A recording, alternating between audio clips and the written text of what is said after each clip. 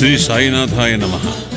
శ్రీ సాయి సచ్చరిత్రము 36వ అధ్యాయము. ఇద్దరు గోవా పెద్ద మనుషులు, షోలాపూర్ నివాసియగు ఔరంగాబాద్కర్ భార్య వింత కథలు. ఇద్దరు పెద్ద మనుషులు. ఒకనాడు గోవా నుండి ఇద్దరు పెద్ద మనుషులు బాబా దర్శనమునకై వచ్చి బాబా పాదములకు సాష్టాంగముగా నమస్కరించారు. ఇద్దరూ కలిసి వచ్చినప్పటికీ బాబా వారిలో నొక్కరిని 15 రూపాయలు దక్షిణ ఇమ్మనను. ఇంకొకరు అడుగుకుండగానే 35 రూపాయలు ఇవ్వగా అందరికీ ఆశ్చర్యము కలుగునట్లు బాబా నిరాకరించాను. అక్కడున్న శ్యామ బాబాని ఇట్లా అడిగాను, ఇది ఏమి?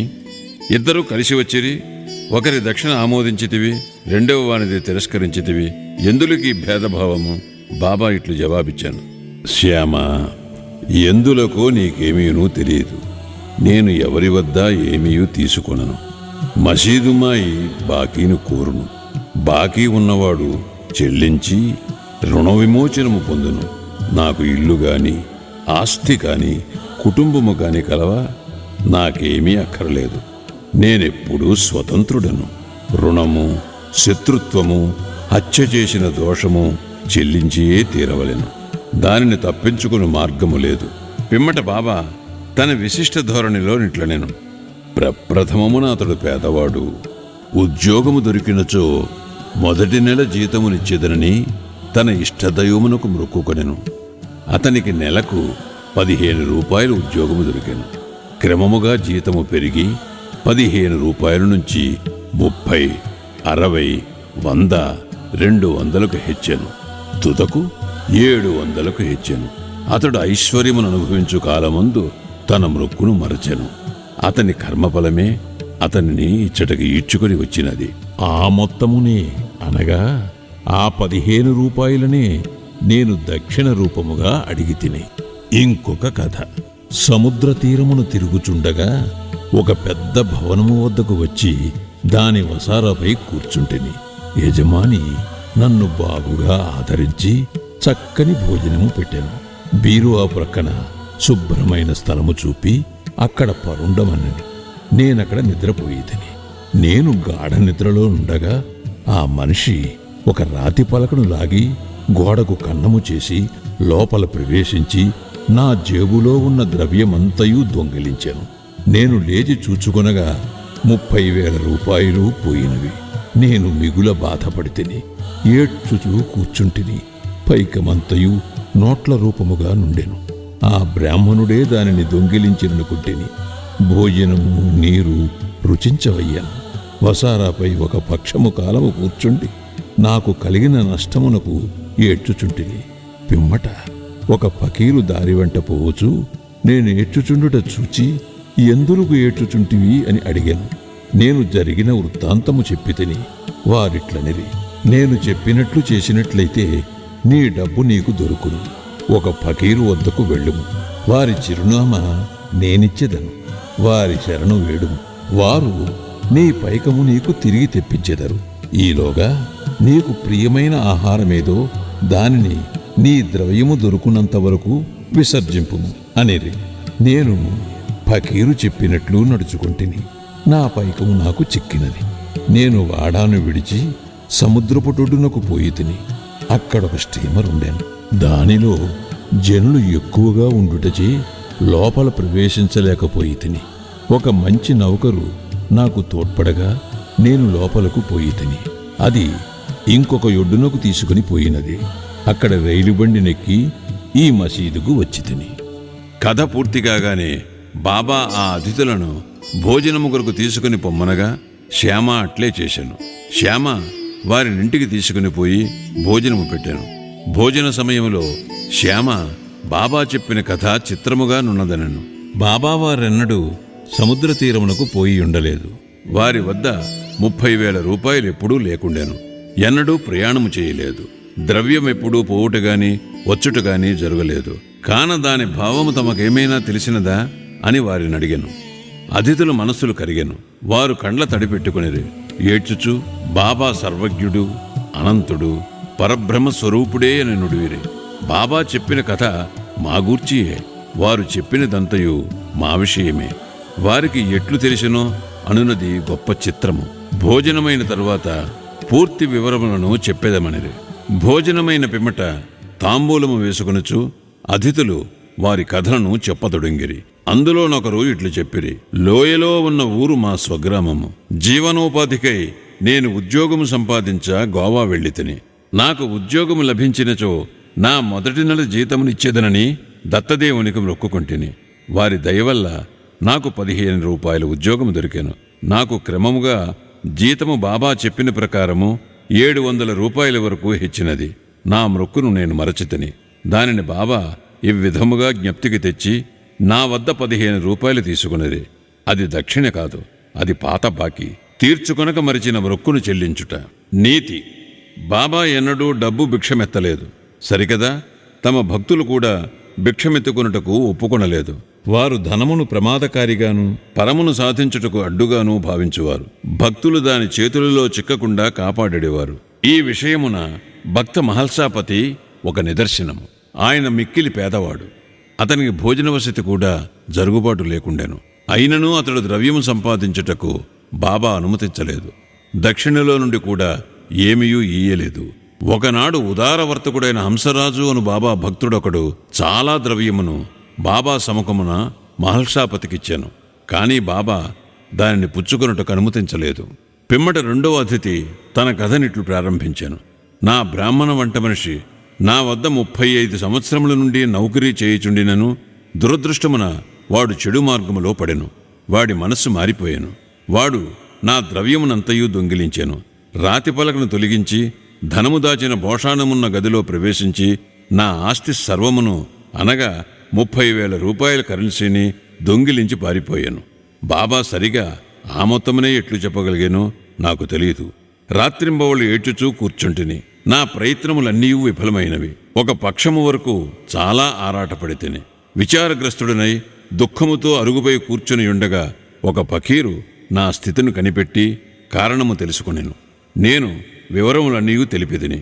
అతడు షిరిడీ సాయి అను ఔలియా ఉన్నారు, వారికి మొక్కుము, నీకు ప్రియమైన ఆహారమును విడువుము, నీ మనస్సులో వారి దర్శనము చేయు వరకు నీకు ప్రియమైన ఆహారమును తిననని మొక్కుకొనుము అనెను. నేనట్టులే, బాబా, నా ద్రవ్యము దొరికిన పిమ్మట మీ దర్శనము చేసిన పిమ్మట నేను అన్నము తినదెను అని మొక్కుకుంటిని. దీని తరువాత 15 దినములు గడిచెను. బ్రాహ్మణుడు తనంతట తానే నా డబ్బును నాకిచ్చాను. నా శరణు వేడెను. వాడిట్లనియను, నేను పిచ్చి ఎత్తి ఇట్లు చేసినాను.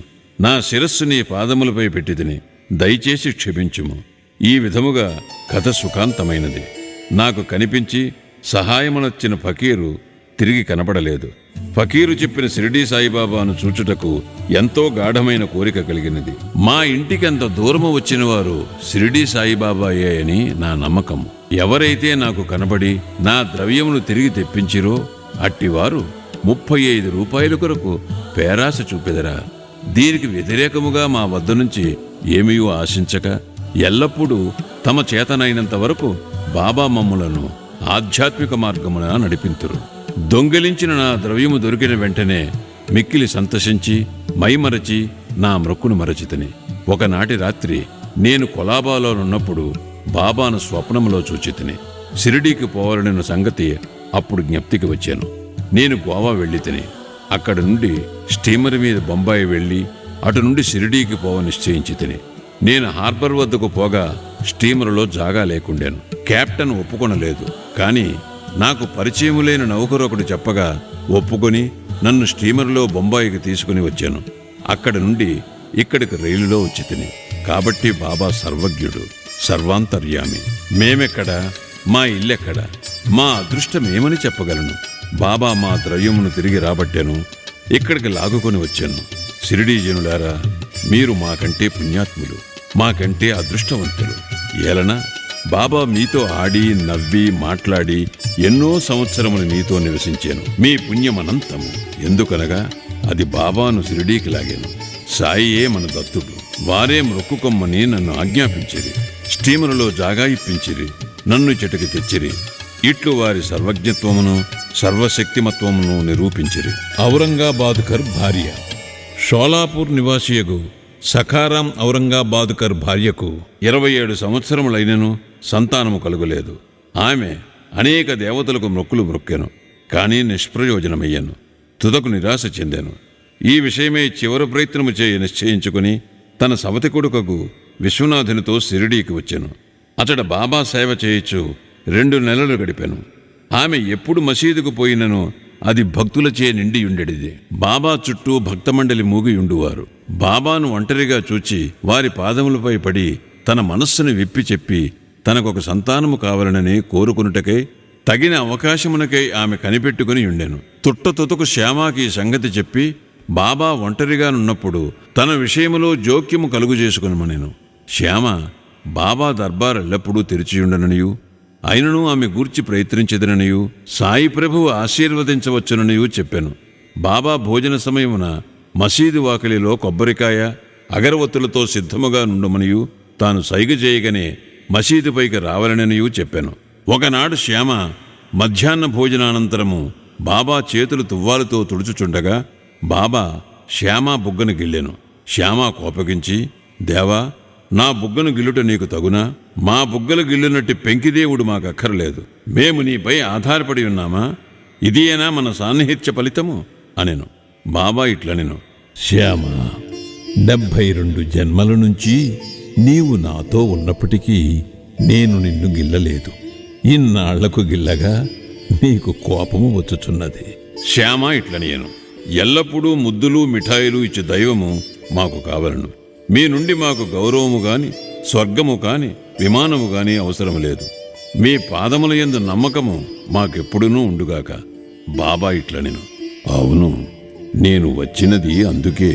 ఇన్నాళ్ల నుంచి మీకు భోజనము పెట్టి పోషించుచుంటిని. నీ యందు నాకు ప్రేమానురాగములున్నవి.